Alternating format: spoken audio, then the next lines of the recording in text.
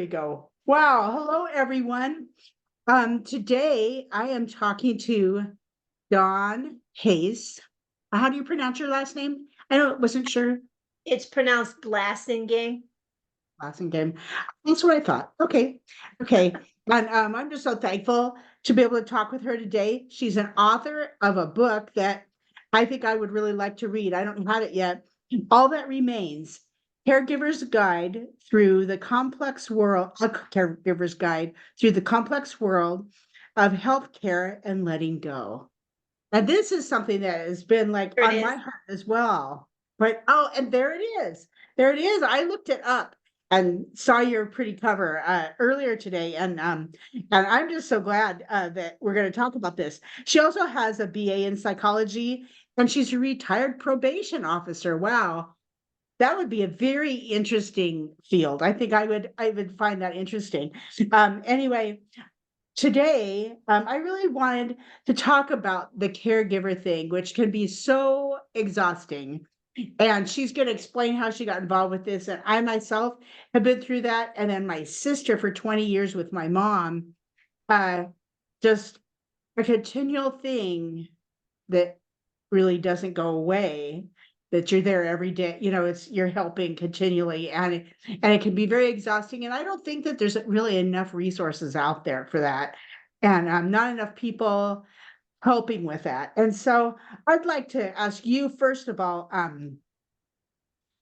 tell me a little bit about your journey with that and why you wrote this book, why you decided to write it.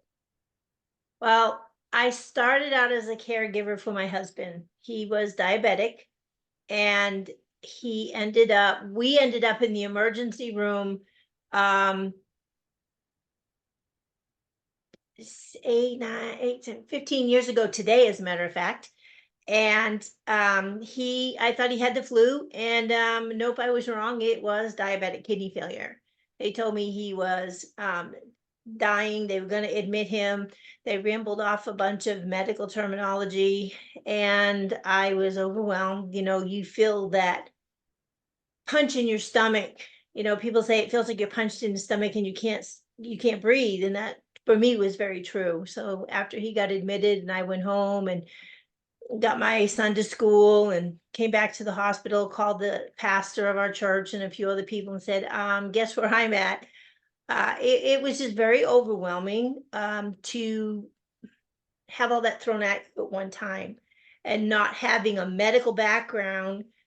It it was like science class 101 sped up.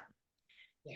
So after he was released from the hospital, initially I had to get on the internet, and at that time we didn't have a computer at home, so I was going to the library, and when I was at work we had computers there, and at lunchtime I was googling all this information trying to figure out what was going on.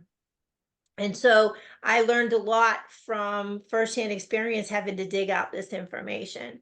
Along the way, I kept a notebook of everything. It started off with just, we went to this doctor and they had this medication, and then we went to this doctor and they changed that medication and added this medication. That morphed into kind of a diary saying, you know what, sure, that's easy to do because, I have all day to do nothing else except my full-time job and raising my kid and taking care of him and digging up information on my own. And then that morphed into a whole big journal. And one time we had a doctor's appointment, and the social worker said, hey, I have a question for you. And I handed them this big stack of paper and I said, here, look it up, because whatever the answer is, it's in there somewhere. We have to go to this appointment and talk to this doctor. He dug through it while we were in with the doctor. When I came out, he said, have you ever thought of writing a book? And I went, oh, yeah, sure, because I got time for that. So Mhm. I just kept journaling everything along the way, and it morphed into a book. And my husband said, why don't you write a book? I said, about what? He said, what do you mean about what? About us. Here we are going Mhm. through all of this. And I Mhm. said, okay. He said, but you're doing it without help. You're having to dig up all your own resources. You're having to go through this and navigate it all by yourself. It could help somebody else. And along the way, we also had the chance to witness to a lot of people, including doctors and nurses. He said, "This is a whole ministry." And I said, "And why us?" He said, "Why not? What better people to show what God can do than people who are doing what they're doing and God's working through them?" So my husband was the big one to encourage me to finish the book and to write about our experiences. And I got kind of frustrated along the way with people giving me a book or a pamphlet, and it was all butterflies and daisies, and oh, we had all this going on and that going on, and God is so good. He is. He's fabulous. He's fantastic. But in between God's work and those butterflies and daisies, there I didn't get butterflies and daisies. I got vomited on at 2 in the morning. I get an emergency room visit when I was supposed to be at a baby shower. I got panic and prayer going up the highway because there was nothing between what was going on in my car and the hospital 45 minutes away. So I got really frustrated with people giving me all this great, we had this happen and ooh, poof, everything's great. Fairy dust. I didn't have any fairy dust.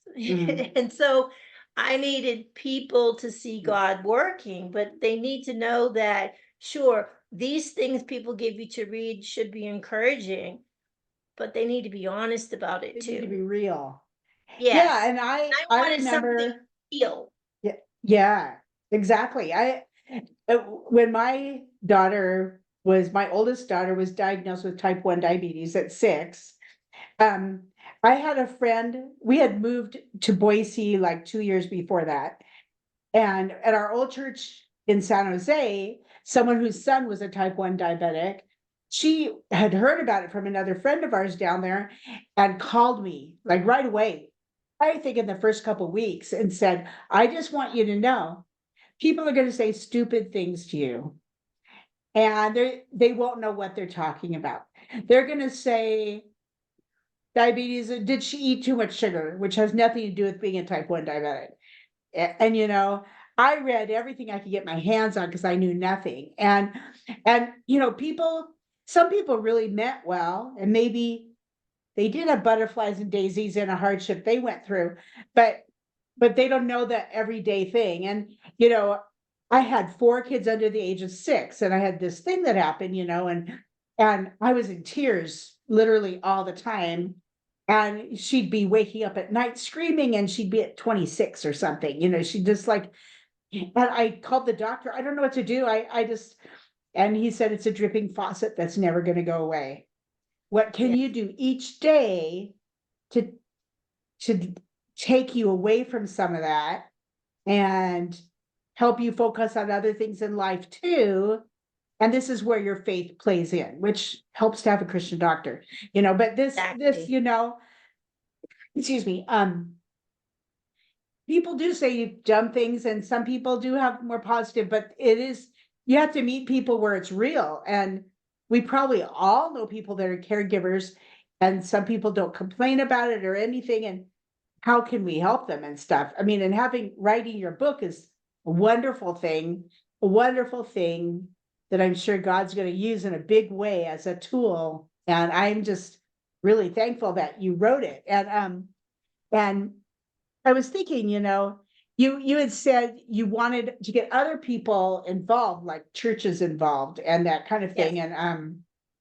And I think awareness is a great thing. So what are some ways that you see, what would your role be, and what are some things that other people can do to make this happen and get more people involved?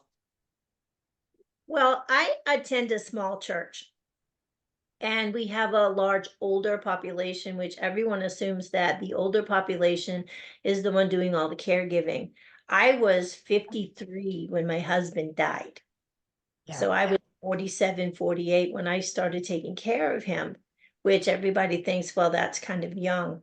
My point on that is you're never too young or too old to become a caregiver because it's where it's at. For me, it was with my husband. It could be your child. You could take on your parents or a sibling. Mhm. Um, but we don't have a specific caregiver ministry at our church. My husband and I kind of became the poster child for that. Not in a bad way, but it was just kind of a realization that, yeah, there's a need here that we hadn't really thought about as a focused little class, as opposed to just going to a Sunday school class or a Bible study where they talk about what a good wife does, or what the biblical husband is, or what the parent should be.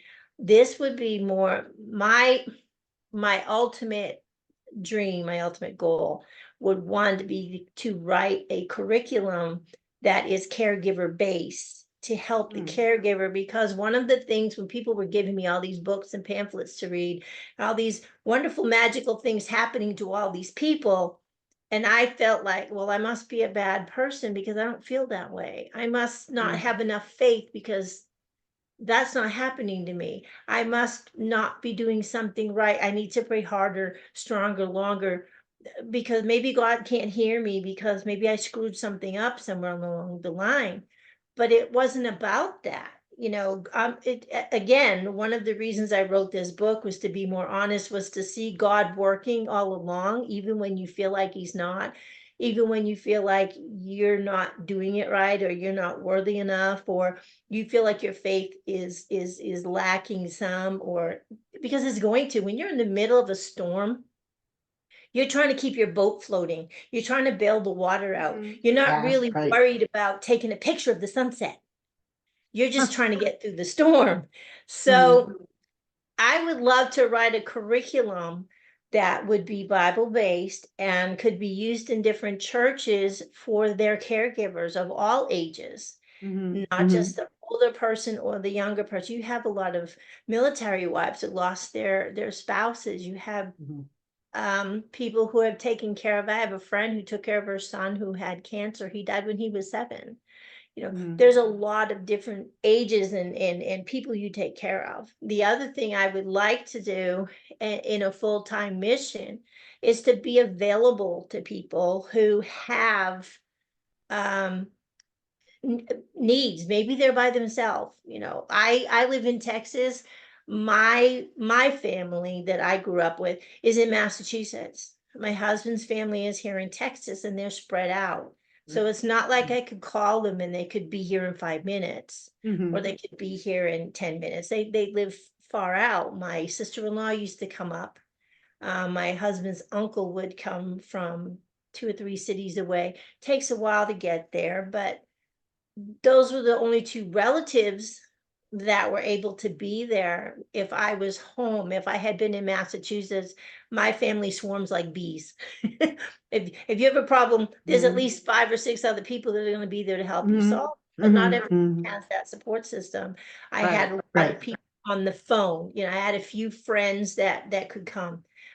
The bigger and more supportive circle you have, the easier it is for you. And if you have a church, you have a lot of resource there. Right. I want to be a resource as well. When somebody says, hey, can you go visit my mom? She's up at the hospital with my dad. He's not doing so good. Can you go pray with her? Can you go sit with her? She's by herself. She's scared. They just give her a bunch of information she might not understand as well. Or, my wife is with the kids in the emergency room, and one of them just got diagnosed with cancer, and I am overseas right now, or I am in another state working. Can you go over there and talk with her and help? I want to be able to do that. I want to be boots on the ground, as well as help churches start ministries and look at what their needs are, and look at what their population of caregivers is, and what the resources are in their area, as well as what the Bible has to say about it. Yeah, and you know, when my mom my mom died at 97, and she'd been an asthmatic her entire life. And, 60 years ago, some of the asthma medicine wasn't that good. So Right. that, you're on heavy steroids your whole life. And so a lot of people who are elderly now, who've had asthma their whole life, have some other medical things going on as well. And so my sister happens to be an RN. In fact, she's retiring after 42 years this week. So Wow. she lived next door on our farm, so she would help my mom a lot. Well, I'm not a medical person. I mean, I know the things about the things I know, like I could talk your ear off about diabetes, right? But some things I just don't know. And so I didn't feel like I could be as much of a help as Lissa could because, well, for one, I don't live in Washington, I live in Idaho, but I would go to help and then she'd say, I'd try to help for a weekend or something. But I don't understand the oxygen tank and how it works and all these things. And I would feel bad that I couldn't do the things that she really needed. I don't know how to lift someone, put them on a potty and that kind of thing. But one thing that she had said to me was, it's just helpful to have someone here because it's fun to have you here. And we can go out to lunch and it gives me, it gives someone a A break. respite. Yeah. So even though someone in your church or your group of friends or whatever may not be a medical person or really understand what's going on, They you are a can still mental be health break. you can Yes. still be helpful to someone even if you don't understand everything. You don't have to understand everything. You can pray for someone. You can take a walk around the block for them with them if they want to take a Yes. walk, or you Being there can is very important. Yes. take them a meal or whatever. You can do something to help someone. Run And errands. You can wash the right, right, dishes while you're working with the right, person who's sick. Absolutely. right. And you could be helpful in so many ways. And some people think, oh yeah, I don't really know anything about caregiving. So I really think awareness is important. It's like you could be encouragement to anybody. You might not be able to do a big thing, but you could do a little thing, and that could be really helpful to someone, Right. you And know. nobody knows how to be a caregiver until they are one. Right, right. And most I of the time you are thrown into it because I had no warning. I found out later right. on after my husband died that he actually knew he had problems about 6 years before we ended up in the emergency room. But Like, he thought he had time, I guess. He got a piece of paper from his endocrinologist saying, "Hey, these numbers don't look good. You're gonna need to see a nephrologist." Well, they sticky noted right on that blood work result. So finally, I did find it once, and he goes, "Well, it's a sticky note. How important could it be?" you And couldn't tell that he had to go and to the here we bathroom more are in the often or he was really thirsty or any of those things? man, I don't know what to say, but yeah, there was a sticky note on a piece of paper, and I said, "What is this?" And he says, "It's just a sticky note. It can't be that important. If it was really important, they would have called me." I said, "Was there another piece of paper with this, like a referral or anything?" And well, I don't know. So after he passed away, he had this big tub of paperwork he was gonna shred because he was the business Mm, guy, who did the taxes, kept track of mm. all the bills. So as I'm shredding all these papers and looking at him, go, yeah, maybe I need to keep it. Now I can shred this one. I did find the referral buried under layers of paper. Believe it. So the next year when you went back, was his blood work good, or did you not go to the doctor regularly? He went regularly, but he never told me anything about it. It was just, "No, I'm fine. Everything's great. Yeah, they said I'm good." And it wasn't until we ended up in the emergency room and they said, "Your husband's kidneys are failing." I'm like, do what? Wait a minute. Yeah, Say that yeah, again. And I go back in. yeah, Your kidneys are failing. You're dying. He goes, "Well, I can still pee." I went, "Well, yeehaw, it's water." you know, does yeah, it do you any good if it's not filtering out the junk? You're not filtering yeah, anything. And he just looked at me yeah, like, "Okay." yeah. And the thing is that is caregivers for so many things, like all sorts of things, whether it's, you know, helping take someone to physical therapy or, Mhm. Give him a there's ride just, somewhere. yes, there's so many different thing with caregivers. My niece has a business called Give in Kind, and it's quadrupled in size, and people have a page for their loved one. Like you fill out this page and it says, I need someone to help me take me to appointments. I need a meal once a week. Or you fill out the page and then people, they might not even be people that you, like a relative, you know. It might be people, someone that's a neighbor you've never met. They can find your page. They can look at what your needs are. So she started this business because of uh, she had a stillbirth at 36 weeks. Oh, And my brother had died, her dad had died, you know, previously, like a couple years before that. So she suffered a lot of loss. And it created this, realizing that there's needs, she formed this company. And it really makes you really think about all the people out there that have needs. And even like you said, you were in your 40s when you were starting to deal with something. And my mom, when my dad died, my mom was 56. And, you know, she was too young for the retiree group at church to be friends with. And she was too old to be with the young families. So exactly. she actually, through a series of events, quit going to church. Mm, And, you know, we had a lot of needs. I lived on a farm and things were broken. And for a while, we didn't have a stove. For a while, we didn't have a fridge. And, things were really rough. And I would have given anything for someone to just to check on us, drive down our long driveway to just check on us. yeah, And so, sometimes I think, have you really checked on that person you haven't seen for 4 months? You know, exactly. what's going on with them? And we don't think about, there's so much in scripture there. We always think about widows, taking care of widows being elderly.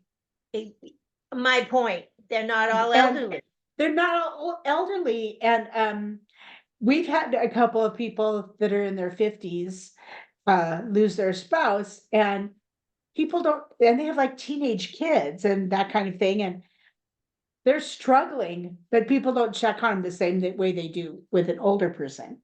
Yeah. And And, those kids and are struggling too. My son was yeah, 23 when his father died, and that's everybody's like, well, he's an adult. He's 23 years old and he's yeah, trying to get through yeah. school. And he's trying to fulfill a promise to his father to take care of his mother and make sure mom is okay. He put his Mm, whole emotional life on hold for the first 2 years just to make sure that I was going to be okay. We moved from an apartment to a house and everything, getting the phone service transferred, getting the cable transferred, making sure the power was turned on. When I called the phone company or the cable company to switch stuff over, all of a sudden they're sending all this stuff to the house. He said, "What is all this? Did you buy this?" I said, "No, it was free." "Well, who sent it?" "Well, the phone company or the somebody, one of those companies sent yeah, it. I don't know what it's for because I didn't ask for it." And so he called them and said, "Hey, you're upselling my mom all this stuff we don't need. We're sending it back. Stop trying to sell my mom stuff. She doesn't yeah. need it." Or just, I mean, things that you didn't expect. Like my dad didn't leave a will. So then, the judge decides, well, we don't know what he would have done. So he divided our property up with my sister and I and my mom 3 ways. So my mom wasn't able to sell property and she had no income. And, there's so many of those kind of things that people are dealing with too, that I they talk need about that in the help with. book.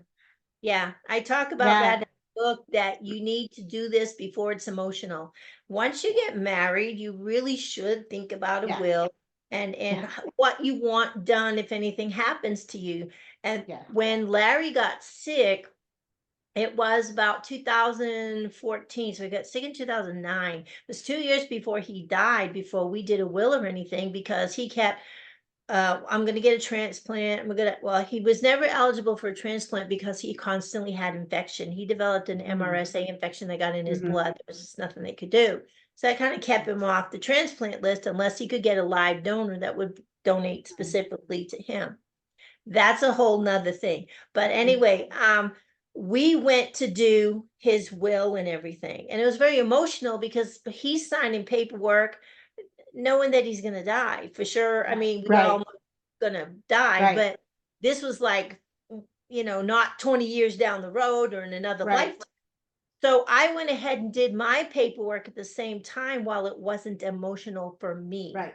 We Luckily, made we one in our have a 20s. child, so he'll eBay Yeah, my yeah, life if I die, I'm sure, but that's okay. But, yeah, when you have to divide stuff up, of course, it makes it more complicated. Like I said, we yeah. have one child, so he'll inherit and then he can decide what he wants to do with it. Yeah, but But make it just, even if you write a letter with your intentions or some sort of thing, you need to do something. You mentioned to me earlier when we talked about doing this about problems with HIPAA. the Um, HIPAA eh, form, it's a yeah, misunderstood form. So the yeah. HIPAA form originally was developed so that if you left your job, you could take insurance with you. Okay, it's the Health Insurance Portability Act or whatever it's Mm, called, and it's HIPAA. I always spell it HIPPA because I call it the yeah. hippo in the room, the HIPAA Oh, in. oh, okay, okay, gotcha. So it originally was developed to be able to take insurance with you, and it was to protect, originally the doctors or third parties could give your information to interested parties. So if you went in the hospital, you were diabetic, and then you got out and you noticed all of a sudden you're getting all these things in the mail about blood testing meters and Right, insulin. right. That's because your information was given to these companies because, Yeah, hey, you need to know this person might need you. yeah, yeah. And when you signed all those forms, you basically were giving permission for them to sell that information without even knowing it. Well, then they revised it and said, yeah, you can't be doing that. It's on an as needed basis. Well, then when they Mm, revised it and you could fill out where you could put people on there that you wanted to have your information, mm, specific people, mhm, they mhm, said, these are the people you're allowing us to talk to. Well, that's all fine and good too, except that the doctor can still decide not to talk to you. So if I sign paperwork saying I want them to talk to you and tell mhm, you what's going on, because you're going to help take care of me when I get out of the hospital. Well, the doctor can still decide, well, you don't need to know all this. mhm, You mhm. don't need to know all this. So I'm not going to give you that information. And you get out of the hospital. My husband had a wound vac was given to him. Oh, right, right. So we get out of the hospital, and I asked before we got discharged, so what happens if this thing stops working? Oh, that's not going to happen. But what happens if this thing stops working? Mm, Mrs. Blasingame, don't worry about it. Here's the instruction manual, everything you need to know. Just he's going home Friday. He's going to see the wound care doctor on Tuesday. It won't happen. Guess what happened Saturday afternoon? It stopped working. So mm, I'm flipping through this manual, pushing mhm, buttons and plug in, unplug in, reloading, mhm, starting, and it's not working. We were mhm, given a referral for a home health agency that was supposed to come out and help, but they hadn't mhm. gotten the information yet. So we weren't a patient there. They couldn't help us. So I called the hospital back. Finally, they send me to some nurse who says, take it off, wrap it wet, wrap it dry, go see the doctor on Tuesday. Well, by Tuesday, he had a fungal infection because that wasn't what I was supposed to do, but Mhm. I didn't know what to do. Right, So right. it had answered some of my questions. If it stops working, call us, Mhm, call this person. Maybe, maybe not, that would have been resolved. But the stress of not knowing what to do and mhm. having this and the decision that they made that I didn't need that information could have been more disastrous. So we don't have much time to finish this up, but do you address that in your book or no? I'm sorry? Do you address that issue in your book Yes, I talk about different things like that. Yes. like that? So that's helpful. There's I also want a you to email. show you what? There's What? also an email. If you get to the end of the book, there's an email where people can contact me if they Okay. want. So what I would like is show your book again to me. Hold it up again. And like yeah, can you show there we go. And then I'd like, do you have a website? I No. don't. I've just started this whole process. I do But you have have the an email, but you Mhm. have an email and So my husband, when he posts our podcast, he will have the email on there and that they could contact you Yes. about, and people could then contact you with that. So why don't you give that to me right now and tell it to us, and people can listen to that, but then we're also going to post it at the bottom of the podcast. So it's GWRM dot all that remains at gmail.com. Awesome. All that remains. Yeah, that's excellent. I've so enjoyed talking with you. I'd like to talk with you again. Awesome. Sometime, maybe not on a podcast, but just to talk to you. Or if Sure. where in Texas are you? I'm What in the area? Dallas area. Oh, so that I do go there for work every once in a while. So maybe Nice. at some point we will connect. Nice. But yeah, because this is great and it's such a needed thing. And I have two websites, and one of my websites is called Colossians 3:12 Ministries, and we have different resources for things like widows, addiction, orphans, those kind of things, and we're starting one for caregivers. And so I'm Awesome. going to put you as one of my references on my website, Oh, that'd as be one of, great. yeah. And so I might need a picture or something, or other information from you to do that, or have a team member that's working on that project contact you, because this is so important to me. And maybe it's because of growing up and how I did. And then my sister taking care of my mom and me taking care of my daughter, like different things, but I feel Yeah. burdened for this. And I don't think people really fully understand. So if I were to tell people out there watching this, I'd say, talk to that person that's a caregiver that that's taking care of Yes. someone, because we really need that. And to look at this book, is this book on Amazon? It is.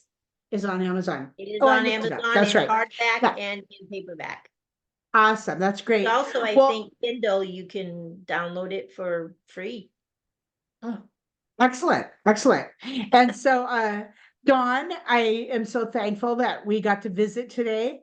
And thank you for being on my show today. And I'll let you know when this posts, and you can share it with people also. Awesome. Thank you so much. Okay, thank you. Bye bye. Bye.